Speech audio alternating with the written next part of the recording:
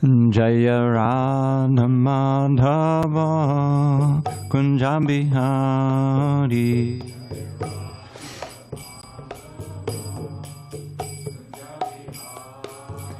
Jaya Radha Madhava Kunja Bihari.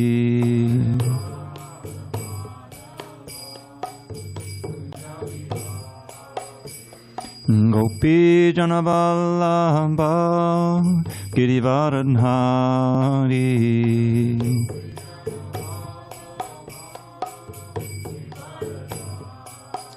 Jaya Gopi Janavallabha Girivaradhari.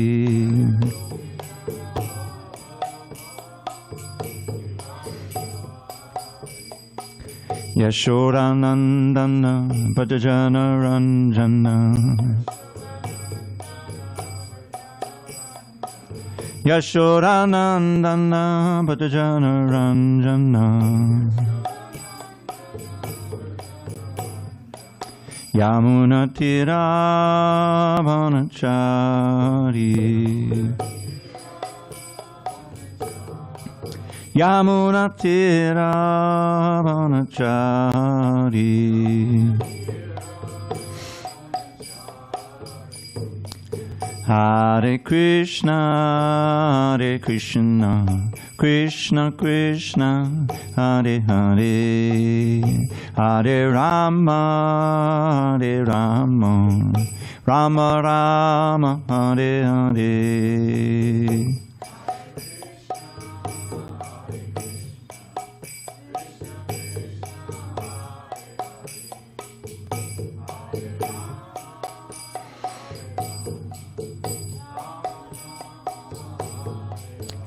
Hare Krishna, Hare Krishna, Krishna Krishna, Hare Hare, Hare Rama, Hare Rama, Rama Rama, Hare Hare.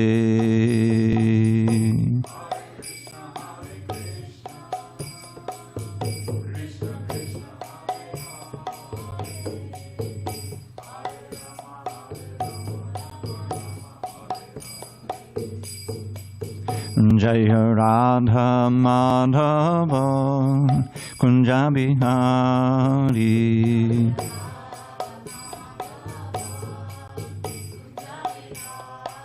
Jaya Radha Madhava Kunja Bihari.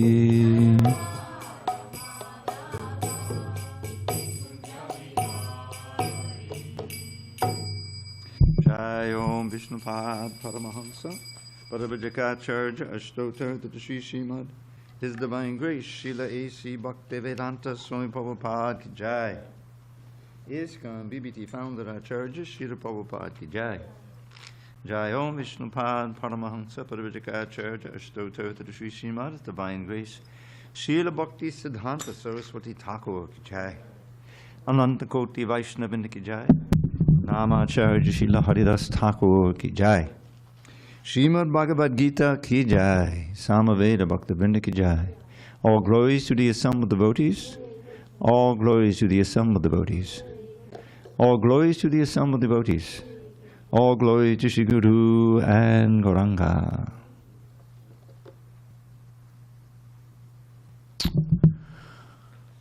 Page 17, right near the top. Om Namo Bhagavate Vasudevaya. Om Namo Bhagavate Vasudevaya.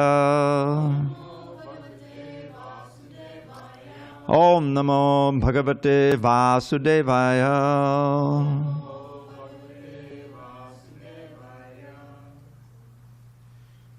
On this 19th day of February, 2025 in San Diego, we're reading from Srimad Bhagavad Gita as it is, translation and commentary by His Divine Grace A.C. Bhaktivedanta Swami Prabhupada. And we are in the introduction, page 17, right near the top, second paragraph. When Sanatana Goswami asked Sri Chaitanya Mahaprabhu about the Swarup of every living being, the Lord replied that the Swarup, or constitutional position of the living being is the rendering of service to the Supreme Personality of Godhead. If we analyze this statement of Lord Chaitanya's, we can easily see that every living being is constantly engaged in rendering service to another living being. A living being serves other living beings in various capacities. By doing so, the living entity enjoys life. The lower animals serve human beings as servants serve their master. A serves B master, B serves C master, and C serves D master, and so on. Under these circumstances, we can see that one friend serves another friend.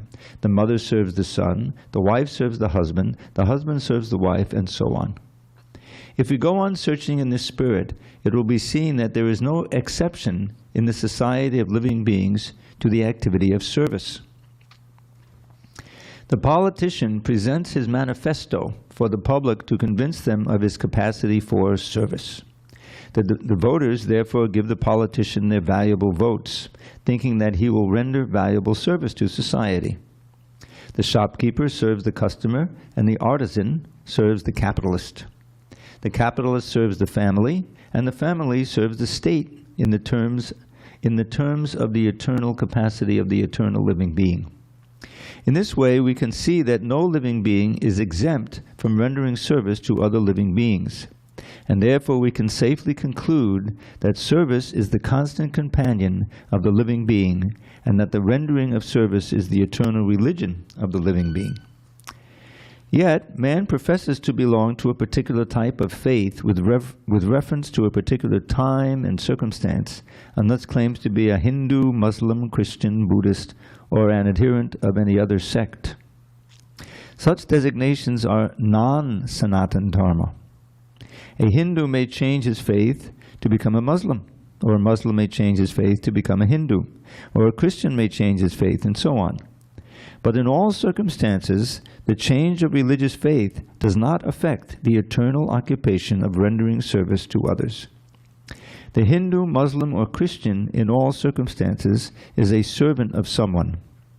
Thus, to profess a particular type of faith is not to profess one's Sanatan Dharma. The rendering of service is Sanatan Dharma.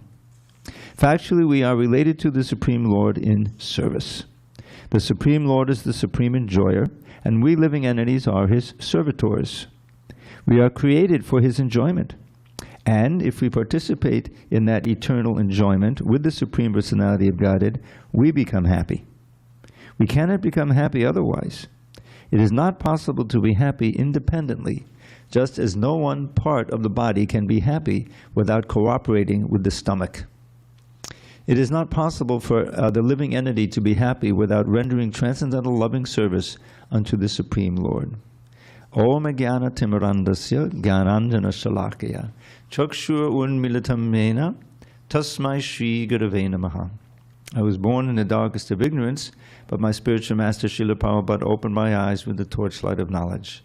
I offer my humble obeisance unto him and to all members of Sri Parampara, the disciplic succession. So Srila Prabhupada begins by, this part of the introduction, by referring to his conversation between Sanatana Goswami and Lord Chaitanya in the Madhya Leela of the Chaitanya Charitamrita. Sanatana Goswami was one of the main disciples of Lord Chaitanya, one of the 6 Goswamis. His brother Rupa Goswami, the author of Bhakti Rasamrita Sindhu, the ocean of the nectar of devotion, and Prabhupada rendered as the nectar of devotion. Very valuable book, an essential book. So Sanatana Goswami, he had the most extensive, in terms of time, instructions from Lord Chaitanya. 2 months in Benares.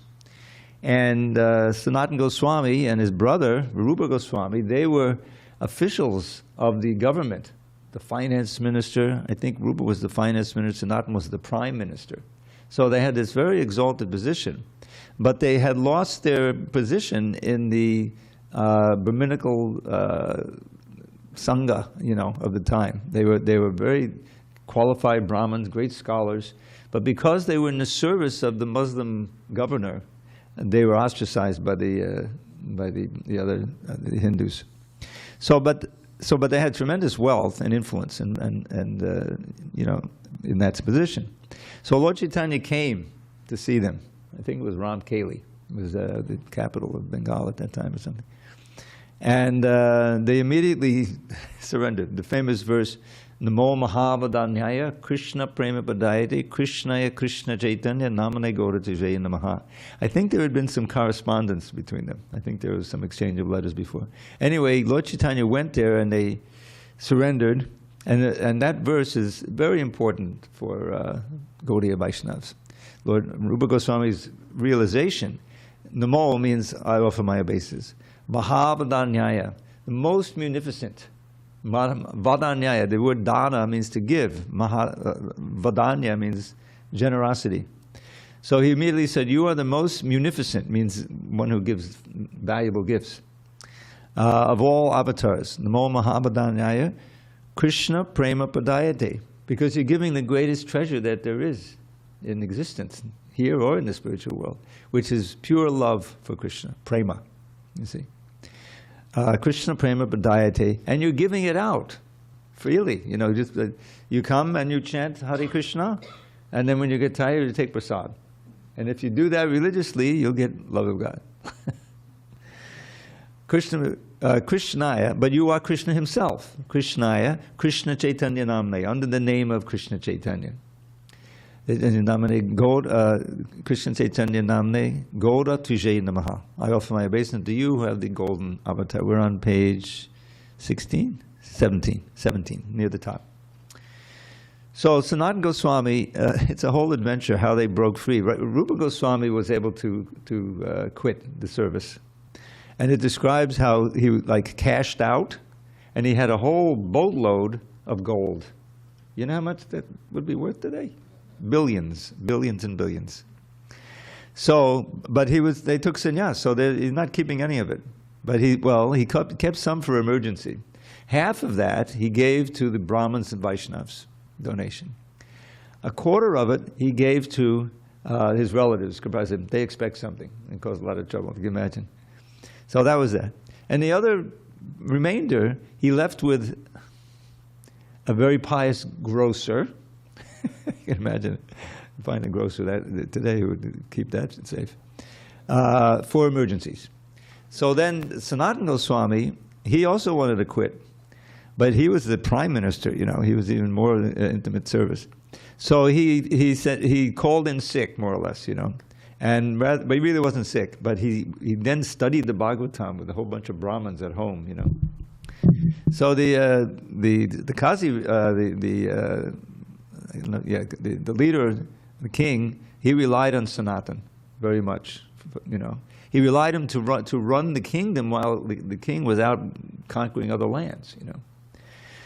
So anyway, he sent his physician to see Sanatan. He didn't find that he was ill. He was talking about Bhagavatam at home, you know. So the physician duly reported, and the Qazi came to say, "What are you doing?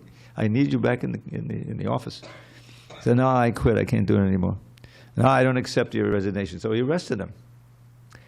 So then that extra money came in handy, you know. He was able to bribe the jailer, you can imagine. He said 5,000 pieces of gold. Okay, you know, it's 10,000. So, all right, you know. Well, he asked him, what should I tell the Qazi when he comes back and he doesn't find you?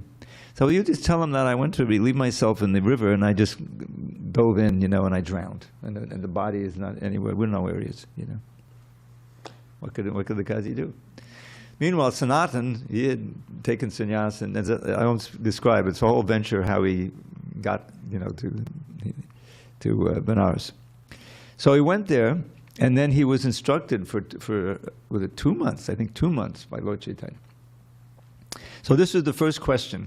Sanatana Goswami asked Lord Chaitanya about the Sarupa of the living being. So really what he asked is, Keami, Kenayame, Tare Tapatrai. He says, who am I, and why am I suffering with threefold miseries? Threefold miseries, we're all very familiar with them, maybe not under that name. Miseries caused by other living beings. Often human beings, or mosquitoes, or COVID viruses. You know, there's always other living beings who can cause us miseries, no question about it. Then there's adidaivic miseries. The fires, you know, that happened in LA. the cold that's happening now as we speak all over the country, the hurricanes, the earthquakes right here, they're always threatening. You know, we had some in LA recently, it's pretty close. So this is Adi Daivik. We're all very familiar with them. They can cause tremendous suffering in a minute. And then there's the Adhyatmic miseries. The perfect weather, everything's fine, nobody's bothering you, but you're you're depressed about something, somebody cheated out of your money, something like that. Or you have some chronic disease, something like that. So we're all familiar with these. And we're all always either suffering, one or more of them, or they're threatening us. And that itself is a kind of suffering, being in anxiety. Oh my God, my friend caught this disease, maybe I'll get it. So anyway, that was why am I suffering, and who am I? If I don't know who I really am, then I can't do anything for myself. So Lord Chaitanya explained that spirit, soul, and like that. But then this paragraph talks about what is the actual Sarup, what is the actual eternal identity of the soul. And then Lord Chaitanya spoke this very essential, famous verse in Bengali. Jivera, that's us, of the jivas, Jivera Swarup hoy Krishnera Nityadas. Krishnera Tatasta Shakti Beda Bed Prakash. There's 2 lines there.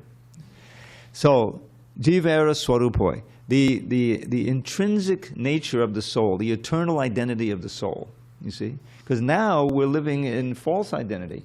We're all thinking, oh, I'm so old, this is my age, this is my place of birth, this family I belong to, a gender, all of these things. These are called designations, upadhis. The soul is not 77 years old or 40 years old or 10 years old. The soul is eternal, you see? The soul is not white or black or green or whatever.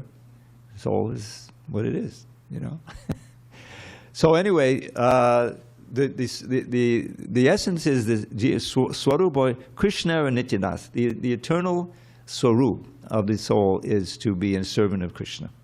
Now there's another, and it goes on, Krishnera Tatasta Shakti. This is very important. We are of Krishna, the marginal energy. The Lord is the eternal energetic. You see, it's like a fire. There's the fire, and then there's the energy of the fire, the heat and the light. You see, so Krishna is like the supreme source of all energies, both living and non-living, conscious and unconscious. Our environment here, Krishna explains very nicely in the 7th chapter, and we can all relate to it. Boomer, apple, onono, vayo, kong, mano, buddha, revacha. These are the 8 material energies. They're not living, but we're very familiar with them, although maybe not in those words. Solid matter. Where did it come from? Ultimately, it comes from Krishna. Everything comes from it. So that's one. The water, the liquids, that's the next one. Boomer, apple, anala, the fire. You see, fire of digestion, fire everywhere.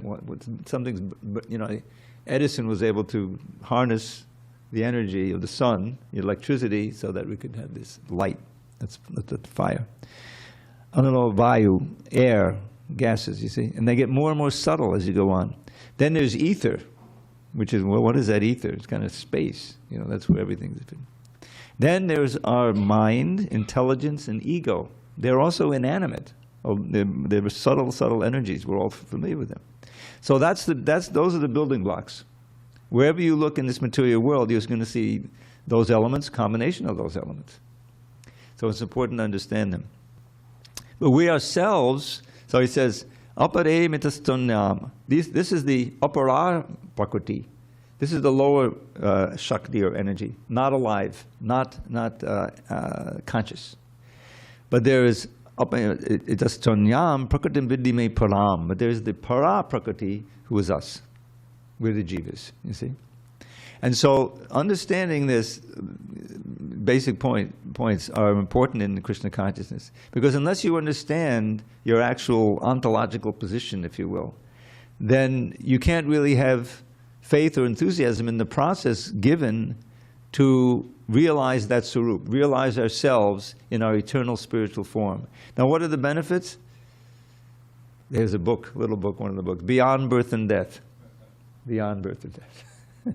To get free from this incessant, so many cycles we've been through of birth, old age, disease, and death. I like to put them in that order because that's often the way we experience them.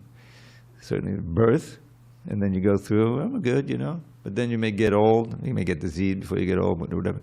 Old age, disease, and death. Birth, old age, disease, and death. So this is the cycle of samsara. Krishna says in 13th chapter, he has a whole list of elements of knowledge. It's worth reviewing those. One of them is Janma, Mrityu, Jara, Vyadi, Dukkha, Dosha, Anudarshanam. Anudarshanam means to see, to be aware of the dosha, the fault, the evil, the difficulties, the pains of birth, old age, disease, and death. And we want to get free of that. Is it possible to get free? Are we doomed to simply go around and around forever? And Krishna says, no, you can get free. You can get liberation, but not impersonal liberation. There's a verse in the Bhagavatam which defines what liberation is, and it goes to the Sarup again. Muktir hitvanyata rupam swarupena vyavastiti. Notice the word Sarup there. Again, that's the theme here. What is our real Sarup? So Muktir is defined as, this is one of the topics of the Bhagavatam. There are 10 basic topics, and then the second chapter there's a couple of verses like a table of contents, and it defines each one. Mukti is defined as possible as following, and oftentimes the idea is that it's a simply liberation. Liberation from what? Suppose you get the liberation. The slaves were liberated in 1861 or something. You know, okay, is that the end of it? No. Now we can work and live as free people. You see, so mukti is not just liberation from birth and death. Is liberation from birth and death, and your reinstitution, being reinstated in your eternal activity in terms of function. So that's what this Bhagavatam verse says. Muktir hitva anyata rupam. To give up all other forms, identifying with all these countless forms. We're nicely situated now in the human body, but we've had other bodies, lower bodies, maybe some higher bodies. But none of them is our sarup. That's why we kept to change them. We keep changing them. Even in this one body, we're changing. So we have an eternal spiritual form, just like Krishna's form. It's eternal. It changes. Doesn't change. I'm sorry. It doesn't change. So we also have our eternal form, but we don't know what it is. Because we're tatasta, we're marginal. That means we're minute, infinitesimal. You know, just like a little ray of sunshine, you know, or a drop of water. The ray of sunshine has a little bit of heat, a little bit of light. The drop of water, you know, has a little bit of salt, all the rest of it. So we have Krishna's qualities, but in minute degree. And because we're minute, we have a tendency to be fall under the spell of Maya. That word spell is great. You know, Maya means illusion. What is not? So what is that illusion? I am the enjoyer. I am. There's a mantra Krishna gives, you know, in the 16th chapter, what the demons say. Ishvaroham, aham bogi, siddhoham, balavan sukhi. You want to dispute that? You know. So Ishvaroham, I am the master. What does the Brahma Samhita say? Ishvarak parama Krishna. Krishna is the supreme Ishvara. We are small Ishvaras. We can control our apartment, a house, maybe, you know, but it's very limited. But Krishna controls everything.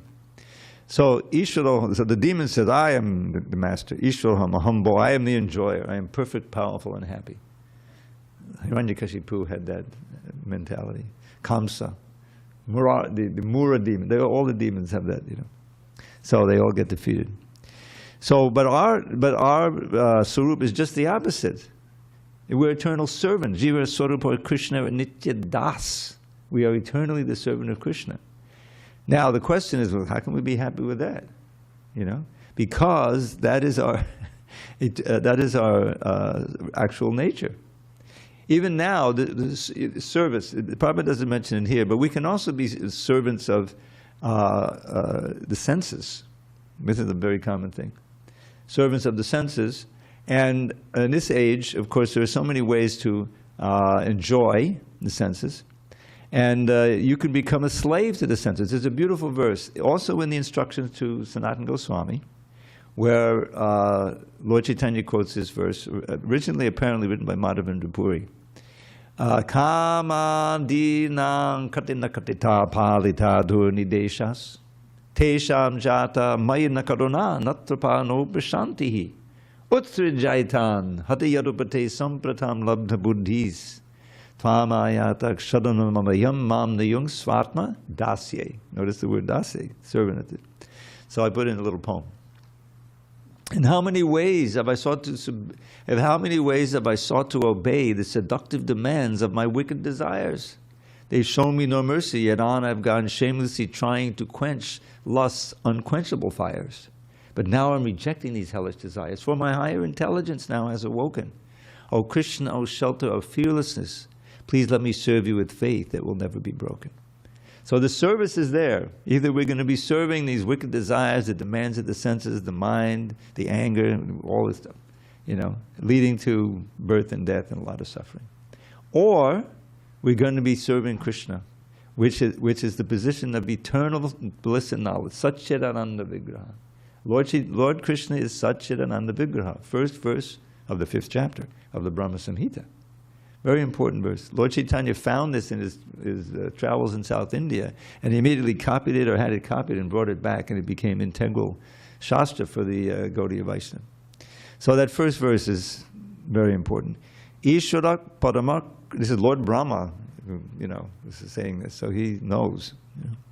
Ishwarak Padama Krishna, Satchidananda Vigraha, Anadir Adir Govinda, Sarvakarna Karanam. It's a very rich verse, The first thing, Ishvara Parama Krishna. The supreme Ishvara is Krishna, you see. Now, he's not, his control, and everyone knows in the spiritual world he's in charge. But his control of everything is in the spirit of loving exchange and rasa. He's not dominating, so you're miserably, serving and like a slave or anything. It's all love. And so, Satchidananda Vigraha, his form is composed of eternity, knowledge, and bliss. So is ours, our eternal form. But this form obviously isn't. I mean, we don't have to prove that, right? So much ignorance we have, it's certainly not eternal, Sat, it's Achid. It's full of ignorance. And what about Ananda? Near Ananda. That doesn't mean almost Ananda, it means no Ananda. We have sense gratification, subtle satisfaction, but it's temporary and limited, and it often brings just the opposite. In fact, my favorite verse, those who know this class. Yehi sangsparjaja bhoga dukayonaya evate adyantavanta konteya nateshu ramate buddha. Again, Buddha, the intelligence. So he says, intelligent persons do not take part in the pleasures that are due to the contact of the senses with their objects. O son of Kunti, is Krishna speaking to Arjuna, O son of Kunti, such pleasures are the sources of all misery, and they have a beginning and an end. And so the wise do not take part in them. Then the next question is, well, what pleasures do the wise get? Where do they get? That's the previous verse. Bayasparshesu asaktatma. Vindat yatmanda yat sukham. Sabbrahma yoga yuktatma sukham akshayam ashnute. Now that last line is revolutionary, because you cannot find that in this material world. Sukham akshayam ashnute. They enjoy unbroken happiness. Where is their unbroken happiness? The whole point is that the sense gratification has a beginning and an end. Even if it's mental gratification, you can read the novel, and then it's over, and then it's temporary. But this is unbroken happiness because you're linked up to that source of eternal happiness, which is Krishna himself in the heart. He's there. So here he says, Bayasparsha asaktatma, not attracted to the external contact of sense. Bayas asaktatma, vindat yatmana yat sukham. Enjoying the pleasure within by always remembering Krishna and serving Krishna. Yet, Brahma Yoga Yuktatma, through the process of bhakti, linked up to Brahma, which is Brahman, the Supreme Brahman, is Krishna, the Supreme Spirit. Yukta Sukhamaksha, and enjoys unbroken happiness. So this sounds like a fantasy. How can it be unbroken happiness? Come on, we've all experienced. But this is where faith comes in.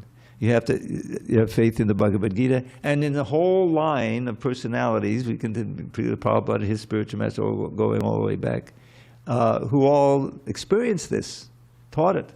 You see, they were exemplars of it, and we saw it with Srila Prabhupada, despite all of the difficulties and the in running the ISKCON and starting it and growing it for 12 years. We saw Prabhupada was always peaceful and very happy and joyful, which is not easy to be, So anyway, this is what he's talking about, and that service is our real dharma, is our swadharma. But service directed where, in what mentality, to experience the highest pleasure. And that means to Krishna, who's the reservoir of all pleasure. So that's what's going on here. Now Prabhupada says that, again, going back to Dharma, Sanatana Dharma, Dharma is not a certain religion or faith which can change. Our real Dharma is this Sanatana Dharma. Means Dharma has the meaning of that which sustains anything. Everything has a Dharma. I'm not going to use the chair anymore. I'm going to use another. The light bulb. We all have experience with light bulbs. So you don't think at all. You turn the light on, light goes on. It's doing its Dharma. Thank you. But then at a certain point, the light bulb burns out. And then it can no longer perform its Dharma. It's useless. You throw it out, and you get a new one, right? So that we experience it all the time. This building was built at a certain point, with all the engineering they had. It's at least 75 years old now, I think. And it's doing its Dharma. Now, of course, it's a special building because it's a temple. It's turned into a temple. I don't know if you ever come into this temple. I've had this vision one time, and you think everything here has a certain sacred. It's a sacred thing. It's not just an ordinary chair. I mean, they probably sold 1 million of these chairs, but this particular group of chairs is now serving the devotees of Krishna. It's a very special chair. Haribol. Don't forget, everything in the spiritual world is alive. I'll tell you, it's a miracle. Very few people know this miracle. That table over there, that extended thing that's holding up the Charanamrita. Now, when I first came here in '89, that wasn't here. The table was just that other one, the smaller one, which is onyx. Now, that's a relic from L.A. When I came to L.A. in '75, it wasn't there. But then I think it was that year, they had a big development in the temple. They wanted to upgrade. And they decorated with onyx, how should I put it, little slabs of it, decorative around the temple, which cost a lot of money. And part of it was this kind of thing they had. They made a couple of them, I think, maybe, so we have that. But that was it. So the Charanamrita was on that table, and the bowl and the jars for pouring was on the floor. And I was thinking, well, I can do that, I'm younger, but what about elderly, Indian ladies who come in and want to get Charanamrita? It's not practical. So I started thinking that we need another table like this, and I was visualizing something like that with embedded, granite, or something, away so that it wouldn't, so they could easily clean it up because you're going to get a lot of spills and So I envisioned something like that. I said, where am I going to find that? So one devotee suggested Home Depot because they have a garden center. Maybe they have some. No, they didn't have anything. So one day I came in here, and that table was here. It appeared. I swear to God. I said, that's amazing. How did that happen? No one knew where it came from. Anyway, eventually, every year on the Saturday after Gaur Purnima, there's a festival in Laguna Beach. You probably know, and those who've been around a while. And it's become more of like a kirtan mela. But in those days, it was also we walked on the beach and we had a harinam and little carrying the Gauranatai deities and things. So there's a devotee up there named, I think, Ajja, who met Prabhupada in '66. I don't know if he got initiated then, but he became friends with Jaya Vaidya Swami, who was also there. And he's there, and he's got a business, and he does fairly well. So in that festival, the year that was held after this appeared, I saw another one just like it. I said, "Oh, this must be Ajja." See? And I asked him about it. Yes, he came down and he just left it off here. So isn't that kind of miraculous? I was thinking of something like that and it manifested. And it's invaluable. So anyway, Krishna does things like that. So you can see, you come in here and you see this. It's not an ordinary room. Everything here is serving Krishna. And just like in the spiritual world, there are also things that we would call inanimate. They're not really inanimate. This chair is alive in the spiritual world. But the point is that you can see that, how important a temple is, because you can come in and you don't know anything, but immediately you get affected by the deities, and of course the sound, the kirtan, So Prabhupada worked so hard to establish these temples, and he came with nothing, and then there were over 100 temples and centers around the world, so to sacrifice. And even though it was tremendous effort, there were ups and downs, he had opposition, devotees would get arrested, Bombay, they tried to knock down the deities and everything. But Prabhupada was determined, and you can just imagine how dear he is to Radha and Krishna. So by reading his books, we're able to associate most essentially like that. He explained that, I will always be in my books. Just as we can hear Krishna's words, we can also read Prabhupada's words and have the association of pure devotee and make good advancement. So any questions on this? What is Sanatana Dharma? If not, we can I have a question. Go ahead, Vijay.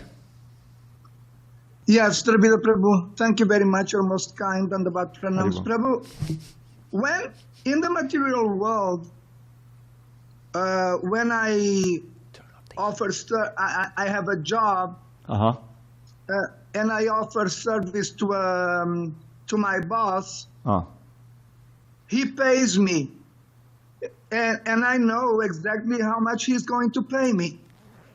But the problem with Krishna, if I may say it, is that you want for me to offer Krishna service, but I don't know about how much he's going to pay me. So why would I offer service to him?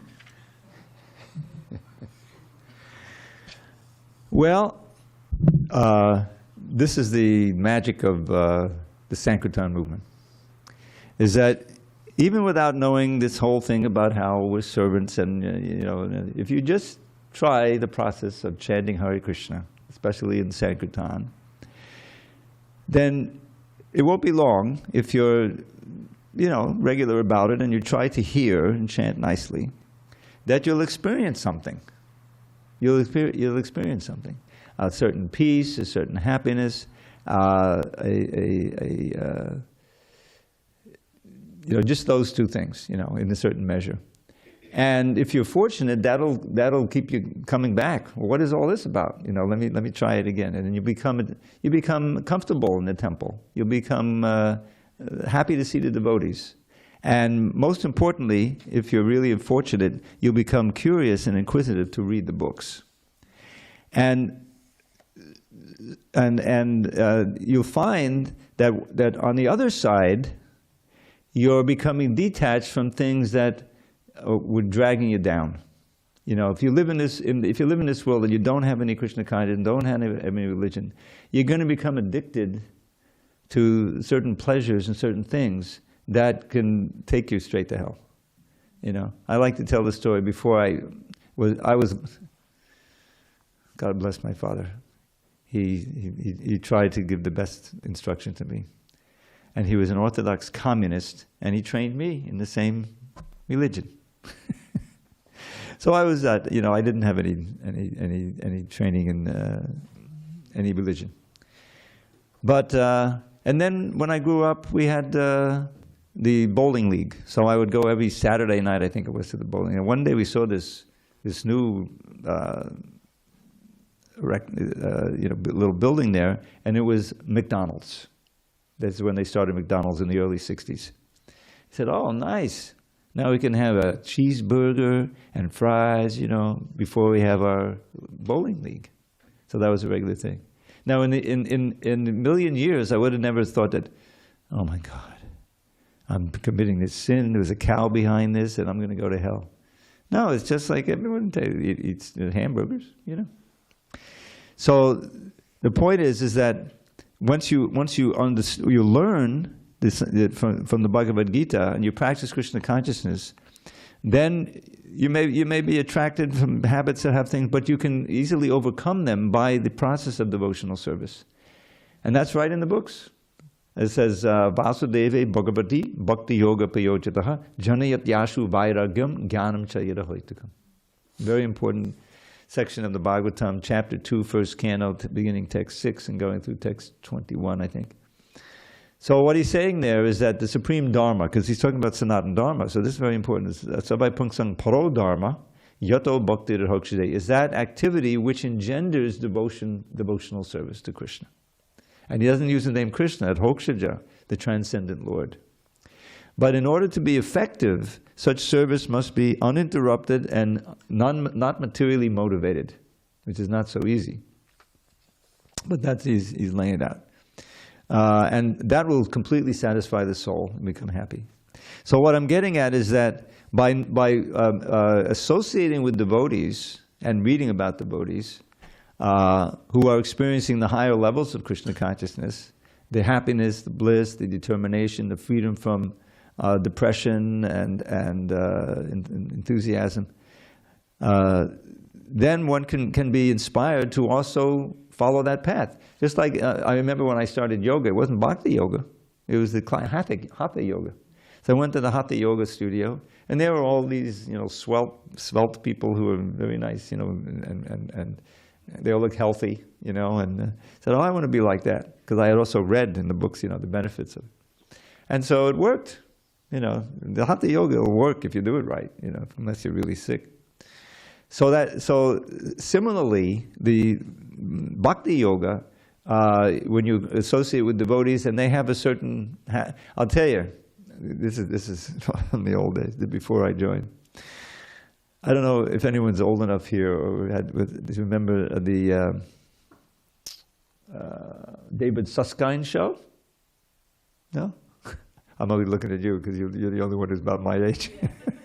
Anyway, it was a show. He would explore various things and have them on his program, And one day I had my little apartment. I had my job in the hospital, but I said I want to see some TV, So I went to my parents' place, black and white TV, and there was a David Susskind show. And I had started practicing a little Hare Krishna. I may have been to the temple once, and I don't know.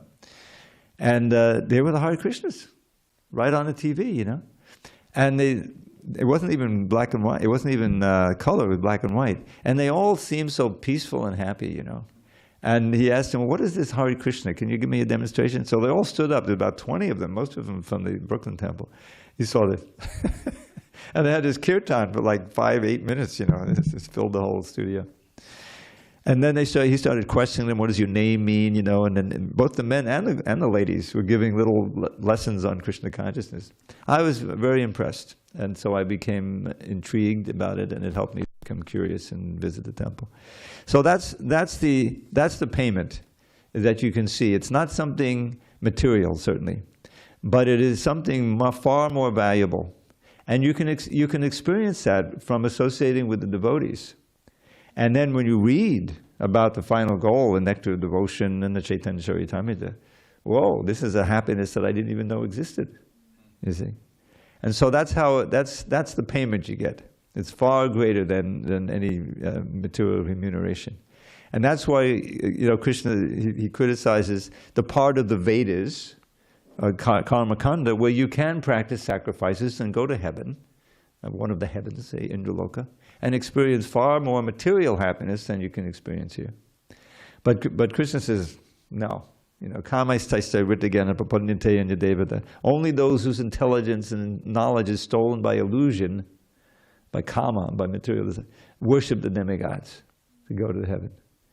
Because even if you go, and you're able to go there, chine pune mantya loka bhishanti, that you eventually your pious credits will be used up, because it's all material, and you fall down again to this world of death. So, andavatu palamtesha. The benefits, although they may sound very wonderful, are limited and temporary. And andavatu tadbhavat alpamedasam. Those who aren't too intelligent, they worship the demigods. But those who are intelligent, they worship me for eternal happiness. Satchidananda. So that's the best I can do, Vijay. And if I may say it, you did it again, as to be expected, very well. Thank you very much, Hare Krishna. I remember during the COVID, he would say that. He said, "Oh, that was a breathtaking answer." I said, "Please." You remember that, Vijay? How could you forget? Yes, I will never forget it. All right, we have time. Let's read a little more. Let's see. Where were we? Page 18, right near in the Bhagavad Gita? All right, near the top, second paragraph. In the Bhagavad Gita, worship of different demigods or rendering service to them is not approved. It is stated in the 7th chapter, I just quoted this, I swear I didn't look at it. It is stated in the 7th chapter, 20th verse, Karmaistaista Rita Papadyante Anya Devata, Tung Tung Niyamamastaya Prakritya Niyata Swaya. Those whose intelligence has been stolen by material desires surrender unto the demigods and follow the particular rules and regulations of worship according to their own natures. Close quote. Here it is plainly said that those who are directed by lust worship the demigods and not the Supreme Lord Krishna. When we mention the name Krishna, we do not refer to any sectarian name. Krishna means the highest pleasure, and it is confirmed that the Supreme Lord is the reservoir or storehouse of all pleasure. We are all hankering after pleasure. Anandamayo Bhyasat, Vedanta Sutta 1.1.12. The living entities, like the Lord, are full of consciousness and they are after happiness. The Lord is perpetually happy, and if the living entities associate with the Lord, cooperate with Him, and take part in His association, then they also become happy. The Lord descends to this material world to show His pastimes in Vrindavan, which are full of happiness. When Lord Krishna was in Vrindavan, His activities with His coward boyfriends, with His damsel friends, and with the other inhabitants of Vrindavan, and with the cows, were all full of happiness. The total population of Vrindavan knew nothing but Krishna. But Lord Krishna even discouraged his father, Nanda Maharaj, from worshipping the demigod Indra, because he, Krishna, wanted to establish the fact that people need not worship any demigod. They need only worship the Supreme Lord, because their ultimate goal is to return to His abode. The abode of Lord Krishna is described in the Bhagavad Gita, 15th chapter, 6th verse. Natad bhasiyate suryo, nasasanko napavakaha, yadgadvana nabhartante, taddhama padamang bama. That supreme abode of mine, says Krishna, is not illumined by the sun or moon, nor by fire or electricity. Those who reach it never return to this material world. This verse gives a description of that eternal sky. Of course, we have a material conception of the sky, and we think of it in relationship to the sun, moon, stars, and so on. But in this verse, the Lord states that in the eternal sky, there is no need for the sun, nor for the moon, nor electricity or fire of any kind, because the spiritual sky is already illuminated by the Brahma Jyoti, the rays emanating from the Supreme Lord. We are trying with difficulty to reach other planets, but it is not difficult to understand the abode of the Supreme Lord. This abode is referred to as Goloka. In the Brahma Samhita 537, it is beautifully described, Goloka eva nivasatya kilatma bhutaha. The Lord resides eternally in His abode Goloka, yet He can be approached from this world, and to this end the Lord comes to manifest His real form, Satchidananda Vigraha. When He manifests this form, there is no need for our imagining what He looks like. To discourage such imaginative speculation, He descends and exhibits Himself as He is, as Shyama Sundar. Unfortunately, the less intelligent deride Him because He comes as one of us and plays with us as a human being. But because of this, we should not consider the Lord one of us. It is by His omnipotency that He presents Himself in His real form before us and displays His pastimes, which are replicas of those pastimes found in His abode. So, Krishna has one verse here that he describes a little bit about the spiritual world. But in the Brahma Samhita, Prabhupada mentions this one verse, Goloka Evanis Jaglapma Bhuta, but at the end of the Brahma Samhita, there's two verses that really describe in more detail. Shriya Kanta Kantaka Padama Purusha Kalpatanavo Druma Bhumish Chindamana Mahi Toya Mamatam Kata Ganam Natyam Gamanam Pibangshi Piyasaki Chidanandam Joti Padama Pitadasvajama Picha Sayatra Chirabdi Svabadi Sadabim Justice Mahan Nimesharakyo Vajati Nihiyatra Pisamayak Bhaje Shweta Dvipam Tamahamihago Lokamitiyam Pidantaste Santak Chitipadachara Katipaye. Now I should have put this into a poem by now, but I didn't. But I'll give you the translation.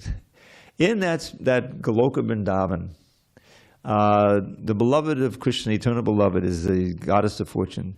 Shriya, Kanta, Padama, and the beloved is the Supreme Lord Himself. Padama Purushak, Kalpatadavo Dhuma. All the trees there are desire trees. You can get very ripe mangoes and ripe bananas and ripe apples from the same tree. You just have to ask. Kalpatadavo Dhuma. All the land is Chintamani gems, the philosopher's stone, very precious. Chintamani. Kalpadadavodu Bhumish Chintamanaganamahi Toya Brahmatam. And the water is all nectar. Kataganam, there's no talking there. Everyone is always singing. Natyam, no one is walking, everyone's dancing.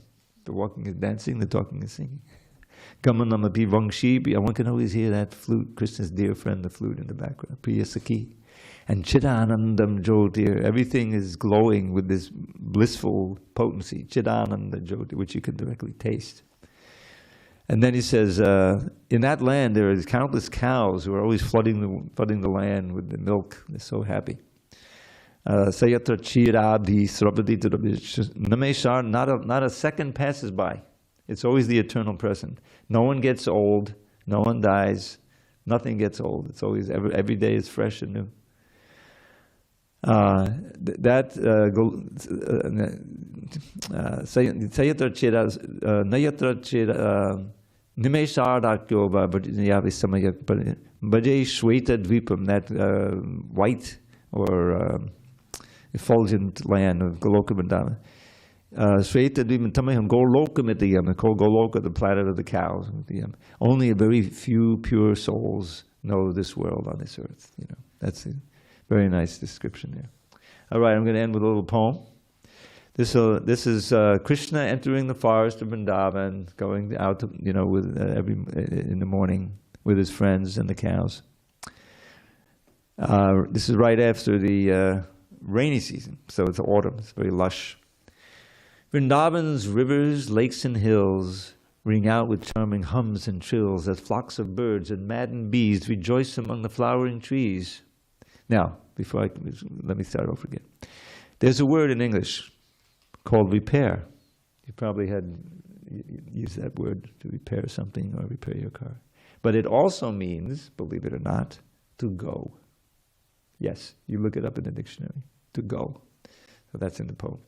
Vrindavan's rivers, lakes, and hills ring out with charming hums and trills as flocks of birds and maddened bees rejoice among the flowering trees. To those idyllic woods and glens repairs Govinda with his friends, Sri Rama and the cowherd boys, to taste the most exquisite joys. And as they walk along the way, absorbed in herding and in play, Sri Krishna, beauty absolute, begins to blow his mystic flute. With peacock plume upon his head and fragrant flower on each ear, he entered Braja's woods with tread sublime, a dancer without peer.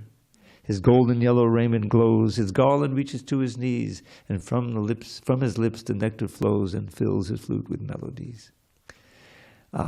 Samadhi culminates in this, to always see this scene of bliss, within oneself and outside too. May Krishna give this boon to you. Gaur Premanandi, Hari Hari Bo. Oh, we have plenty of time. Maybe we could do one more. All right. This is not a Sanskrit, but it's based on a painting of Krishna sitting in the forest with, there's a little deer in front of him, and there's a swan that came out of the lake nearby, and of course there's a cow, and he's got a little dove sitting on his hand, and he's very beautiful. The sweetness of Sri Krishna's form beguiles. Still sweeter is his face like autumn moon. But sweeter than the sweetest is his smile, whose luscious beauty makes the gopis swoon. Govinda's beauty captivates the doves, the swans, the deer, the cows, and every tree. Indeed, in Braja, every creature loves Sri Krishna and is drowned in ecstasy. That all enchanting land is paradise, our home, where we may dwell eternally. Most welcome there are those who pay the price to learn to love Sri Krishna perfectly. All glories to Srila Prabhupada. Hari Hari Bol.